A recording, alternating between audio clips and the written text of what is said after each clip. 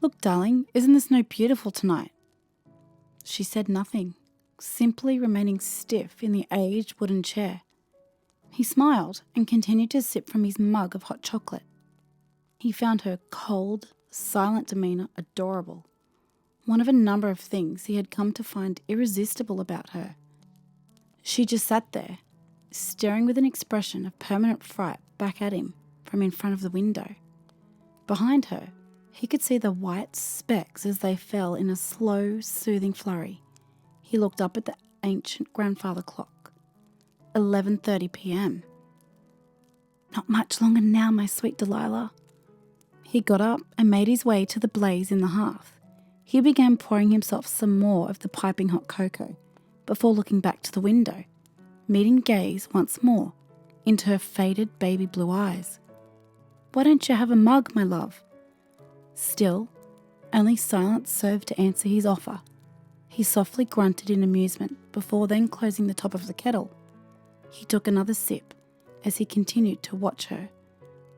How she looked so beautiful. Delilah, the sole warmth of his heart, sitting silent and peaceful on an old chair of antique mahogany, shrouded in the old white gown he'd seen on her since first setting his eyes on her. He always thought it made her look akin to the paintings of the Virgin Mary herself. If only he were a painter, he would sometimes think he'd create a masterpiece from this scene alone to rival Dali or Da Vinci. If he were a writer, he'd craft a tale with more potent emotion than even Poe at his most dreary or bleak. As the snow continued to fall outside, he could feel the air in the small den area become colder, even if just ever so slightly. "Why don't you come sit with me by the fire?" he said as he started to stoke the blaze in the furnace until the heat from its dance upon the oak kindling returned. Still, she merely sat in her chair in front of the window with a warm smile. He sat down his mug of hot chocolate and went over to the window. "Here," he said as he began trying to push the chair from behind over to the hearth. "Allow me." About 2 or 3 feet from the hearth, Delilah began to slump forward until she'd fallen from her chair. "Oh dear," he exclaimed, chuckling. He shivered again, feeling the unnatural chill pervade the room around. "Come now, Delilah. There's no need to be upset. It'll all come together soon." Fixing her back upright, he continued to push the chair the rest of the way to the hearth. "Now, isn't that much better, dear?" She was still as silent as ever, yet her face could say both everything and nothing at the same time. Her eyes glinted with the reflective glow of the flame's wild dance, which served to also illuminate the rest of her pale, distraught face. Even as it looked now, defined in much of its morbid detail by the flames, he still felt hopelessly entranced by her face. He checked the clock again before rummaging around in his shirt pocket. 11:40. From his shirt pocket, he produced a small wilted mistletoe. He sighed, the grim cloud of reality accentuating itself to him once again. He'd come to both look forward to, as well as dread this night, Christmas Eve. It wasn't quite time yet. Soon it will all be over. But not yet. Attempting to void this cloud from his mind, he stuffed the small mistletoe back into his pocket and walked over to the table beside the window, placing one of the untitled records onto the phonograph and placed the needle onto its third track. It was one of his favourite tunes that began playing, though, for his own reasons unknown, he could never remember the name of the composition or its composer. "Would you care to dance to pass the time, my love?" He walked over to the chair and took her soft, cold hand before shifting her to her feet. Now, standing before him, the cloud of anxiety tightened its grip on him. "You look beautiful, my dearest Delilah," he said with a shaking voice.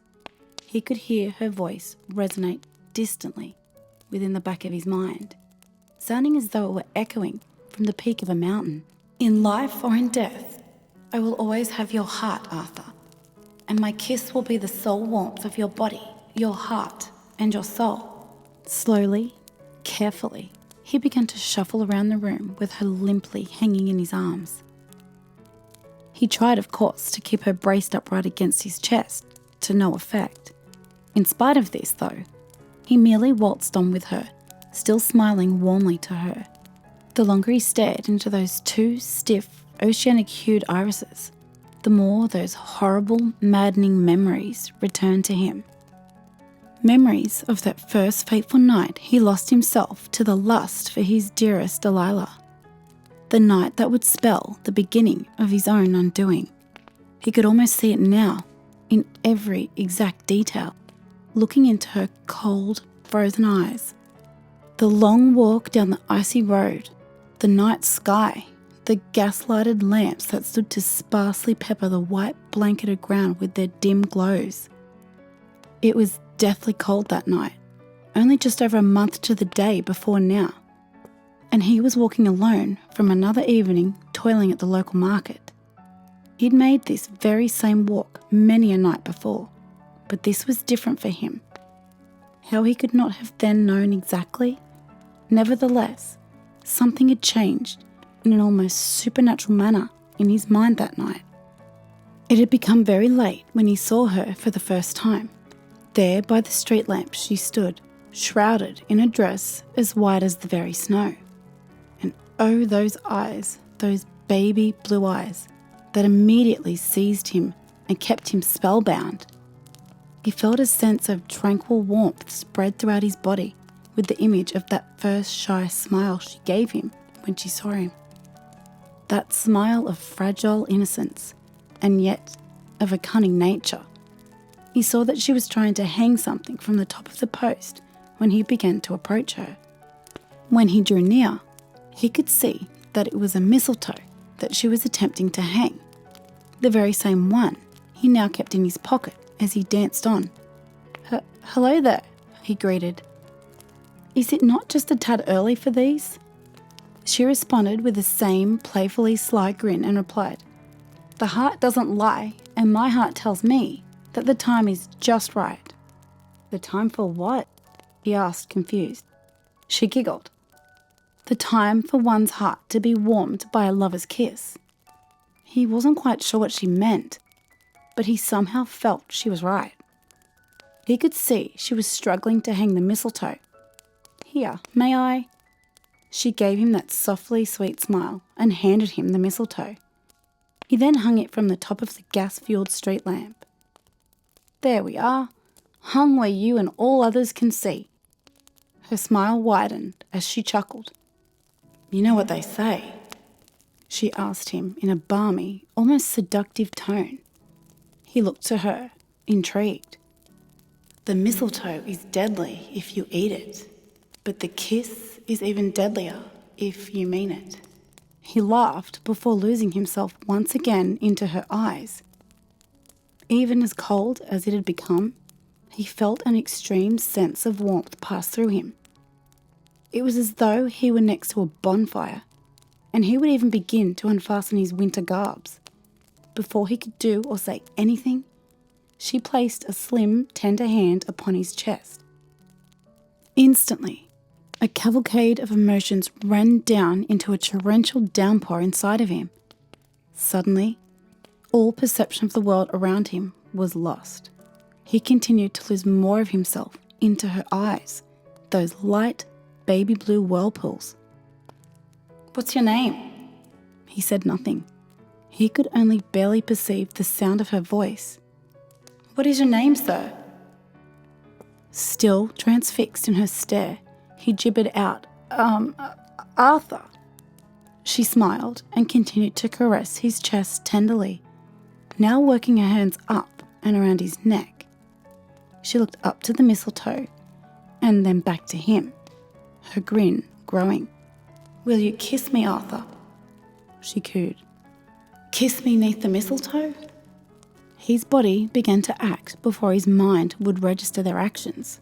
Slowly, he began to lean down to her, his eyes filling heavier and heavier with each inch. Finally, their lips met, and he felt as though he was locked in an angel's embrace. she would break the union first, turning away to leave, with no words except to say, "I'll be waiting for you, love." He stood, froze, still spellbound. Eventually, his stupor broke, and he found himself stupefied, unaware of where he was or what had happened. In that moment, only one thing was certain. He was extremely cold. Such would remain the case for the remainder of the eve. It was that night, curled under his comforter, that he would see her face again. He would hear her voice again, the ever so seductive sound. "Kiss me, Arthur. Kiss me neath the mistletoe." Such feverish infatuation, mixed triflingly with a deathly cold, robbed him utterly of sleep that night and well into the coming morning. And this would carry on for the rest of the week until, eventually, he no longer saw her in his dreams. Her face and her voice had faded into little more than an obscure set of features and sounds he never could quite put together. That was until Sunday evening, when he was once again returning home from the market, passing by that very same street lamp, and, as if expectantly, there she stood again by the street lamp, with mistletoe hanging from its top, shrouded in her same white gown, beckoning him to her with those eyes. And there it was again, that warmth that spread through his body, the earth that had felt entirely absent since that night, for reasons he could never place. "I knew you'd come," she said, bearing that same seductive smile from him before. He froze, trapped once again in her stare. Absently, he began to trudge towards her. When he reached her, she once more unfastened his garbs and began caressing his chest. He could only stand and watch her, his mind completely blank. "Arthur, you're so cold." Her voice, while still sultry and smooth, took on an almost motherly tone when she spoke. Indeed, he felt like a child again, warmed by her preternatural touch. "Let me warm you with a kiss." Again, her hand slithered up from his chest and around his neck, and he instinctively lowered himself again to meet her lips. And again did the overpowering heat inside of him flare. She would break away again, and again he would be left alone by the street lamp, with only a fragmented sense of recollection of what had transpired. That night, too, resulted in restlessness. That night, writhing in his bed, Arthur would dream of snow, of the gas lamp, of her beautiful eyes, her beautiful face, of the mistletoe. The mistletoe, deadly if you eat it, deadlier if you mean it. He could take it no more. He had to find this woman, this elusive temptress. Throwing on his heaviest winter garbs, he set out amid the bitter cold night air. The year's snowfall had begun to rain down earlier that afternoon, and had by then formed into a thick, white blanket upon the ground. Slowly, he staggered through the snow until he came once more upon the street lamp. His legs were unable to hold themselves up any longer, and he fell to his knees in front of it, the mistletoe hanging down, jeering at him. His sight began to blur as with each fleeting, laboured breath. The winter air had done its damage, and now he would feel its bitter touch slowly pluck the life from him. First, he would lose any feeling he had in nearly every part of his body. Next, he would feel the ice slowly form over his eyes, shutting him out from his sight, just before the vicious winter would have him. However, he began to see the vague outline of a figure gliding towards him. He, of course, couldn't distinguish any definition from the figure outside of the apparently human outline.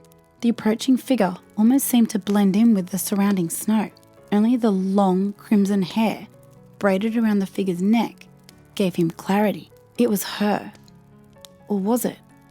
As the figure approached closer, he began to notice more and more details that differentiated it from the dame he so feverishly sought.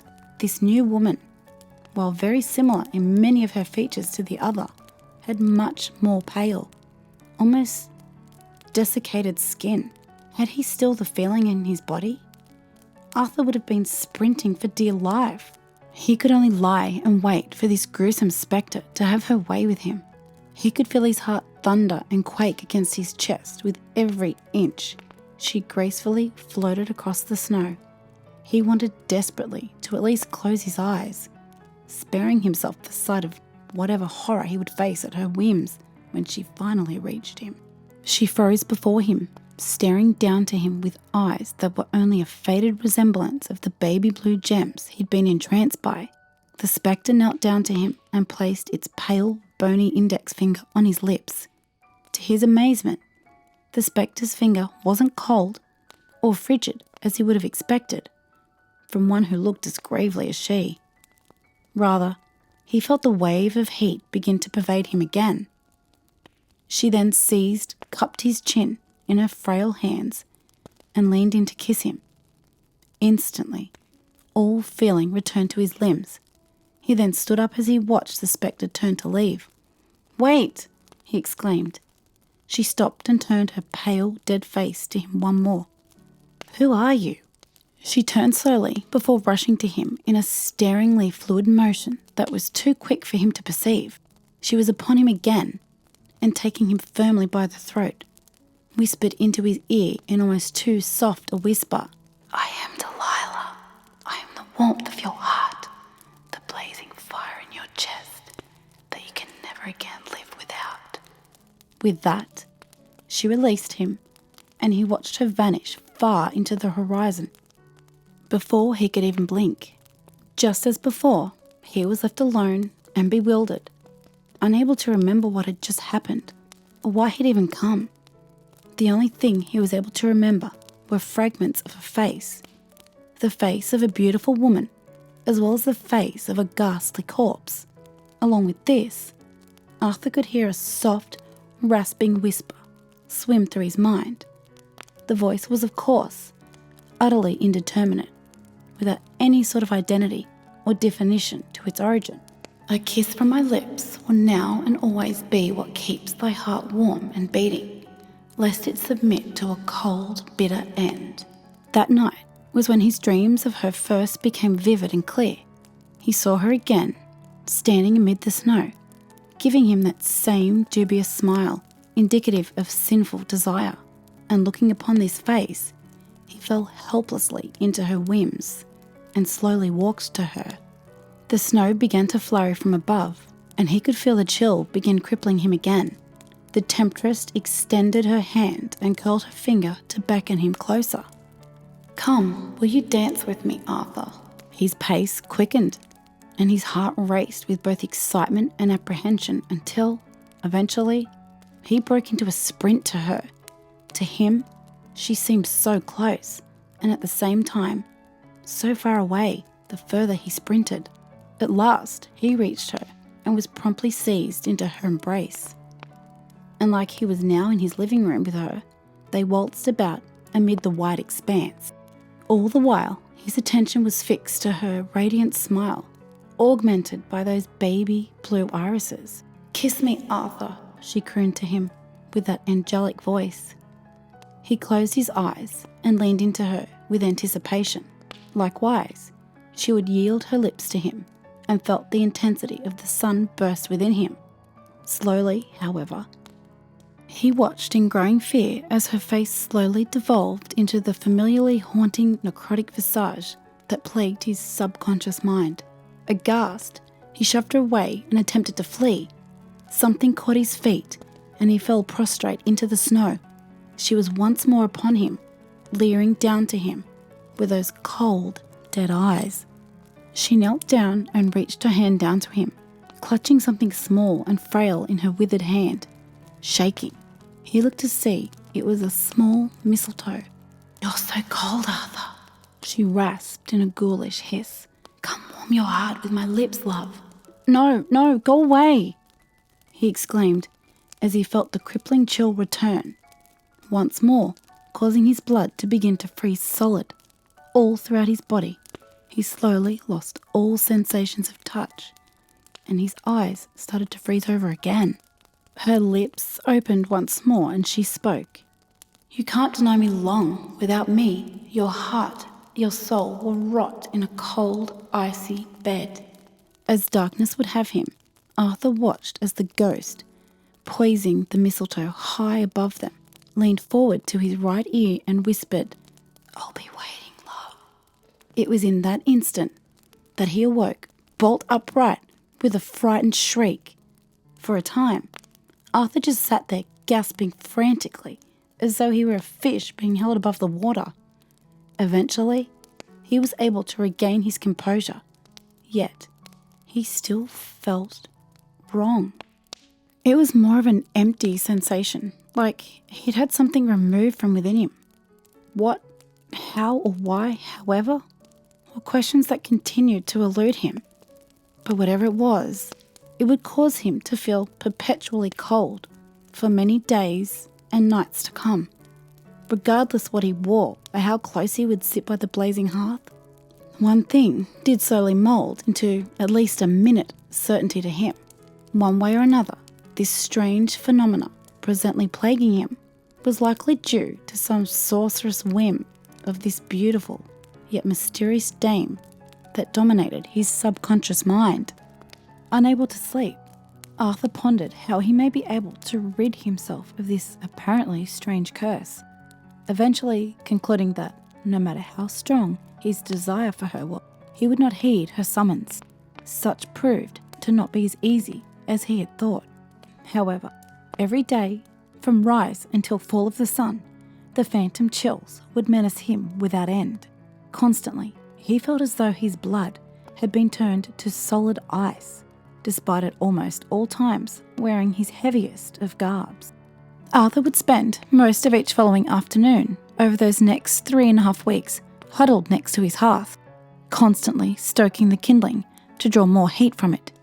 He would only eat scalding broth and lightly prepared stews with steaming cups of tea or coffee or cocoa.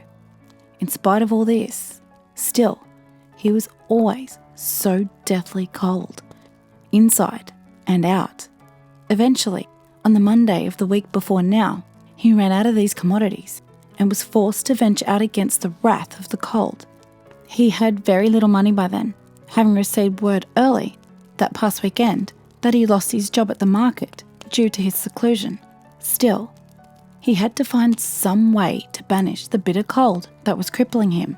It was as he was trudging through the snowbound streets of the market that amidst the many folks who'd likewise gathered at the market that evening, his eyes fell upon her.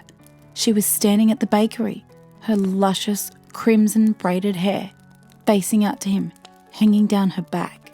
Almost instantly, a nauseating dread flooded through him. "You need me, Arthur," he could hear from deep in the pit of his subconscious. "You need my lips. I can feel it. Come, Arthur, come to the mistletoe. Come hold me and kiss me." "No, no more!" he screamed. Almost all eyes from the present congregation were now fixed to him, frightened and bewildered. Oblivious to the attention he'd garnered, Arthur swiftly bolted to the young woman in front of the bakery, the seductress, the witch.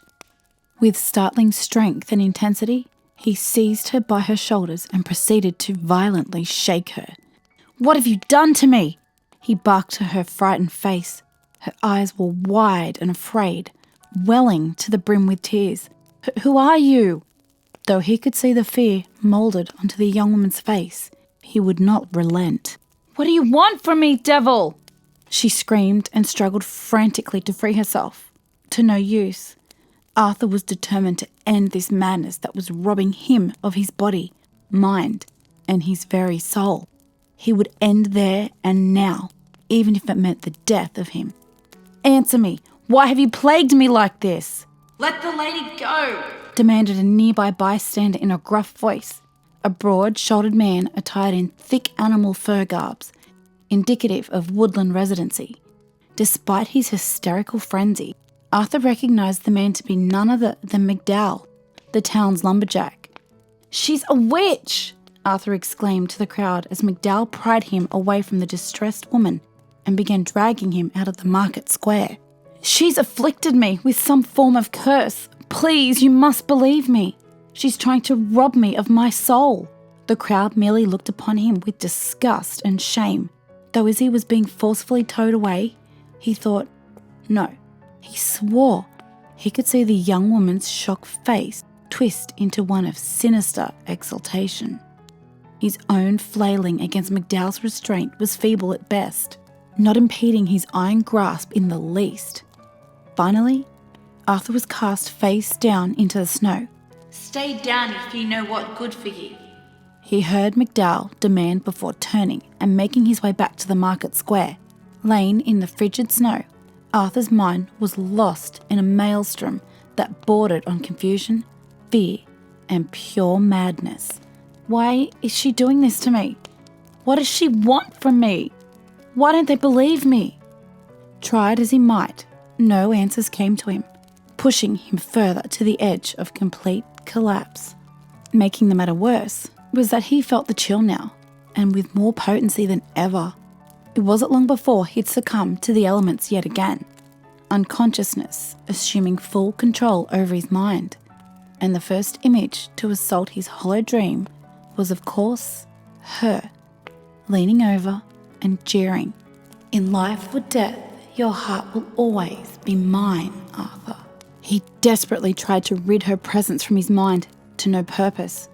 Regardless of how much he would try to banish her from thought and memory, he would be met only with her pale, dead face. "No, stay away!" she simply remanded, curling a beckoned finger with one hand, the other holding the mistletoe aloft. "Join me under the mistletoe, Arthur. Come, come." Arthur's eyes went wide as he saw his body turn to ice. All too soon was he encased in a layer of frigid, unforgiving glacier. He could only watch in perpetual terror as the spectral woman approached him. "You can't elude me, Arthur," teased the spectre in its rasping whisper, poising her decayed index finger at his heart. "Without me, you will only crumble." With a light tap of her finger upon his chest, the ice splintered and started to crumble, and helpless, he could only watch horrified while he fell apart. Finally, his body had been reduced to nothing more than shards of glassy ice, only his head remaining whole. Yet even still, he was forced to watch as the spectre picked up his head and, holding that damning mistletoe high above, brought her faded grey lips to meet his. Arthur awoke again with a scream. Frantically, he patted all over his body to find that he was still whole and the spectre was nowhere to be found. Even still, relief wouldn't find him, as he was still menaced by the chill. He could hardly move his limbs, and he was profusely trembling from hypothermia. He wanted to cry, both from the crippling madness as well as bitter fear, and he no doubt would have done so had the air not been so cruel with its wintry wrath as to freeze the tears as they welled. With every minute reserve of strength he would have, Arthur found himself to his feet and began stiffly shambling to his house. It was as he crossed onto that familiar road to his house that he saw her again, walking all alone. Instantly, he could feel the urge again to rush to her and try again to force her to relieve him of whatever spell or curse she cast upon him. It was this frightful determination, and this alone, that seemed to fuel his stride.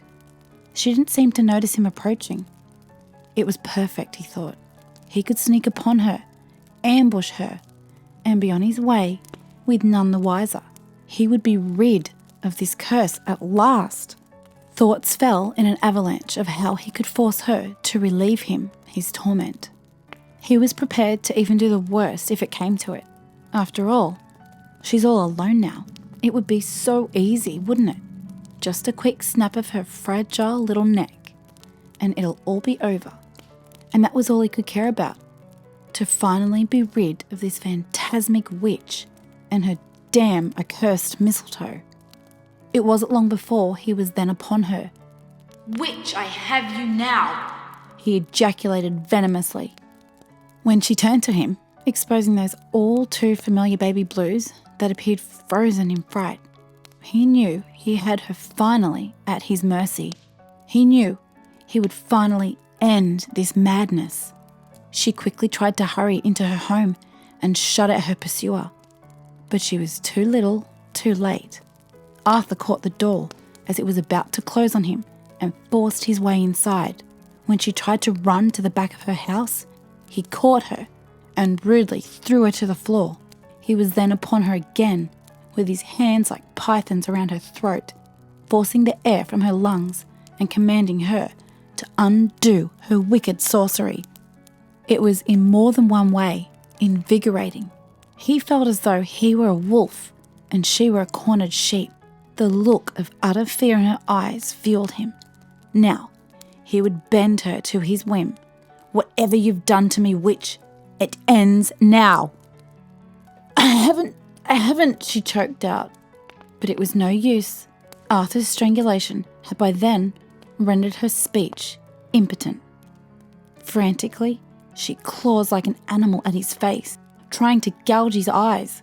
Nevertheless, Arthur's wrath was little impeded. In her wild flailing, her arm brushed the nearby drawer, knocking something off. Even amidst his primal state, he was able to see that it was a small, frail mistletoe.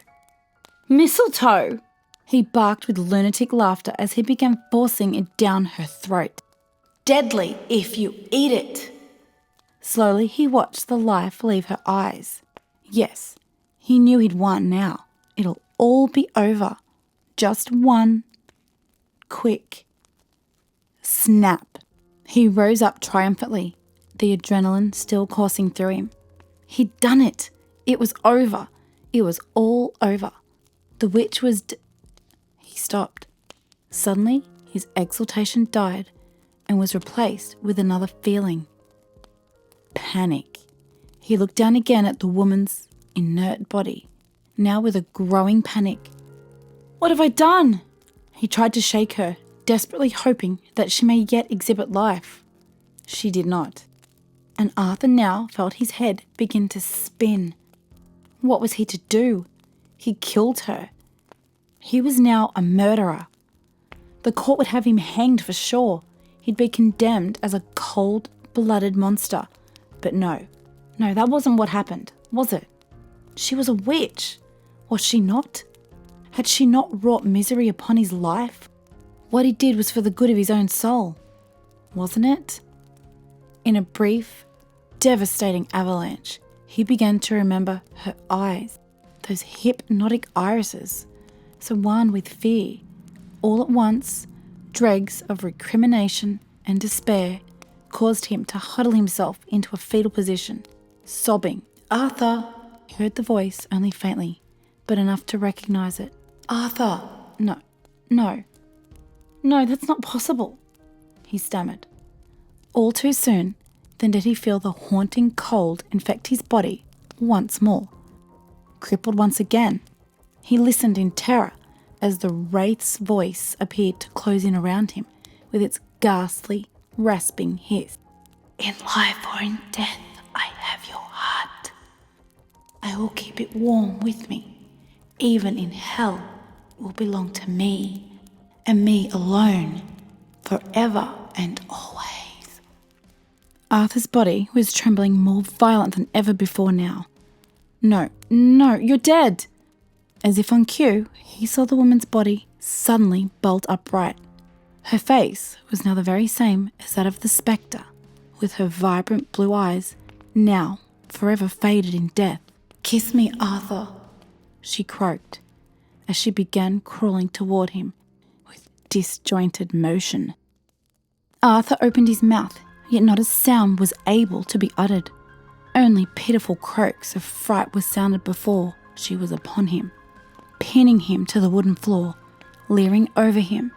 She then began to open her mouth and croak as she painfully regurgitated the mistletoe onto him, now black and withered. Come, won't you kiss me, love? Before he could react, her pale, dead hands roughly seized his face, and her cold lips forced their way to his. This time, the warm sensation from before was not present, only the frigid touch of death and decay. He struggled until finally throwing her off of him. She was sent hurtling into the wall with a crash, and she was once again motionless, lifeless. He simply laid on his back, too frightened to move in spite of all his spiking adrenaline, gasping frantically for breath. When he finally looked up, he was met with her dead face, forever chiseled in perpetual fright. Reflexively, he touched his own lips, finding that they still felt as they had before, cracked and chapped, as they were from the exposure to the unforgiving cold. Still, he had felt her lips, hadn't he? Arthur clutched his head and howled as he began stoving his head into the wooden floor. "Please!" His mind screamed, "Please, merciful Lord, make it end!" Eventually, he could bring himself to pound the floor no more. And that was when he crawled like an animal off to the woman's battered corpse. "Why are you doing this to me?" This time, there was no answer. She merely stared back to him with stiff, faded eyes. He began shaking her, crying for an answer. It was when he was again met with only silence that his terrified sobbing devolved into a fit of hysterical laughter. He collapsed onto his back, the corpse held firmly against him, as the laughter soon escalated into wailing cackles of raving madness that echoed throughout the house. In a morbid way, it was hilarious to him, the utter folly of it all. What began with a simple kiss had now delved into the black recesses of insanity. He was once a man, respected by the people. He was a well-liked market clerk, adored by those he served. Now, he was a madman, a lunatic, and now worst of all, a murderer. He carried on his demented cheer until his throat was shot and his breaths became laboured. Slowly, he could feel the chill again, his mind now gone forever, broken beyond all repair. He unfastened his shirt and trousers before climbing onto her, mounting the withering mistletoe above. If it was him she wanted, she would have him. All of him. It would be days before reality would finally break through his madness. He sat that night, the eve of Christmas, staring into her dead eyes. He knew he couldn't live on like this, a prisoner to the curse of his own madness. To Delilah, the chill's grasp tightened and crippled him again. That was when it came to him, of what he would have to do. He went into the basement of the house and retrieved a bucket of kerosene meant for the lamps, and set about all night dousing every inch of the house with it. Every wall, every corner in every room was dredged, leaving none to be spared. As he toiled feverishly, her words continued to cycle incessantly, and the supernatural chill amplified in its ferocity. "You need my lips. I can feel it. Come, Arthur. Come to the mistletoe." Despite this, he didn't stop until the breaking of the next sunrise, when he had finally completed his task. "Tonight," he swore to himself, "this will all end tonight." 12 loud chimes broke Arthur of his mad remiss. It was time. Steadily, he placed Delilah back into her chair and silenced the phonograph. He now felt more deathly cold than ever before. Still, this didn't deter him. With the last of the kerosene, he doused himself and her before stringing the mistletoe to the ceiling. He then stood her up once more, embracing her to him, before using the poker to cast out a burning log, setting the floors alight. All too quick did the flames dance consume the floors and the walls around them. Even amidst the inferno, however, Arthur still felt none of its warmth. He knew only one thing would, and it would be for the last time. "Merry Christmas, Delilah," he said, as he held her in an internal embrace and brought his lips to hers. Even as the flames crept upon them, charring flesh and bone, he did not waver. He would die with his heart in eternal warmth, For even in death, she would always be the sole warmth of his heart.